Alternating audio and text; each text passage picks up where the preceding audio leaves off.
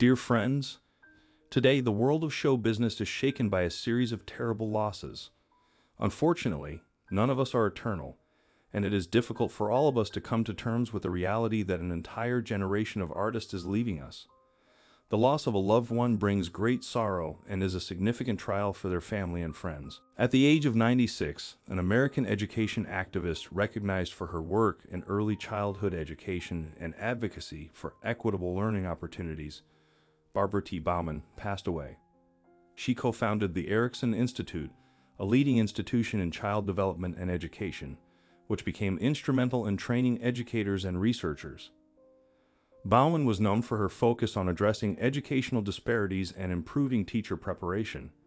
Her contributions to the field were widely respected, and she was influential in shaping early childhood education policy in the United States.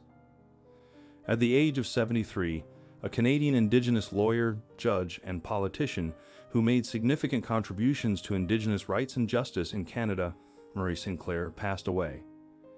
He chaired Canada's Truth and Reconciliation Commission, which investigated the impacts of the residential school system on Indigenous communities. Sinclair was the first Indigenous judge in Manitoba and became a prominent voice advocating for reconciliation and reform in the legal system. His work played a critical role in fostering awareness and change, making him a respected figure in Canadian history.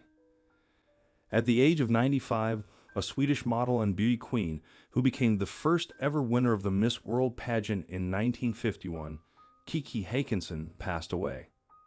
She made history as the inaugural Miss World, and her victory marked the beginning of the globally recognized pageant. Hakinson's win brought international attention to Sweden and helped establish the Miss World pageant as a major cultural event. She remained a celebrated figure in pageant history and was remembered for her pioneering role in the beauty industry. At the age of 73, a Danish singer and songwriter known for his blend of rock, blues, and folk music, Johnny Madsen, passed away. His lyrics often drew from Danish culture and landscapes, resonating with fans across Denmark. Madsen was celebrated for his unique voice, energetic performances, and contributions to Danish music over several decades. He released numerous albums that achieved both critical and commercial success, solidifying his place in Danish rock and blues music. At the age of 64, an American singer and the younger sister of legendary musician Prince, Tyka Nelson, passed away. She released several albums throughout her career, showcasing her soulful voice and songwriting talents. Nelson was known for her heartfelt music, which often explored personal and emotional themes. While she achieved recognition in her own right, she was also remembered for her connection to her famous brother and her role in continuing his musical legacy. At the age of 88, an American television producer and professional wrestling executive who played an influential role in the wrestling industry, Al DeRusha, passed away. He worked with the American Wrestling Association and was known for helping promote wrestling events on television. DeRusha's production expertise contributed to the growth and popularity of wrestling in the United States during the 1970s and 1980s. He was highly regarded in the wrestling community and played a key part in the industry's expansion into mainstream media. At the age of 95, an American businessman and philanthropist, best known as the co-founder and chairman of Home Depot, Bernard Marcus, passed away. He helped build Home Depot into one of the largest home improvement retailers in the world, revolutionizing the industry. Marcus was also a noted philanthropist, supporting healthcare, education, and veteran initiatives through his foundation. His business acumen and charitable contributions left a lasting impact on both the business world and numerous communities. At the age of 88, a New Zealand middle-distance runner who won a bronze medal in the 800 meters at the 1964 Tokyo Olympics, Maurice Chamberlain, passed away. She became New Zealand's first woman to win an Olympic medal in track and field, marking a historic achievement for her country. Chamberlain also set national records and won numerous titles in middle-distance events throughout her athletic career. Her Olympic success inspired future generations of New Zealand athletes and solidified her place in her nation's sporting history. Pierce Brosnan, born on May 16, 1953, in Drogheda, County Louth, Ireland, is a renowned actor, producer, and environmental activist. Known for his suave screen presence and charm, especially as James Bond, Brosnan has built a varied career that extends beyond the silver screen.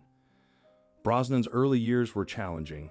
His father abandoned the family when Pierce was an infant, and his mother moved to London to train as a nurse. He was primarily raised by relatives in Ireland before joining his mother in England when he was around 11 years old. Before acting, Brosnan aspired to be a painter. He attended art school and was an accomplished commercial illustrator, a passion he still pursues today. Painting has remained an outlet for him, and he occasionally exhibits his work to raise funds for charitable causes. Before he became a well-known actor, Brosnan trained as a fire eater in a circus workshop. He even performed his fire-eating skills in a small theater production in London, and this unique skill has stayed with him as a fun party trick. Brosnan studied acting at the Drama Centre in London, where he honed his skills and found his calling as an actor.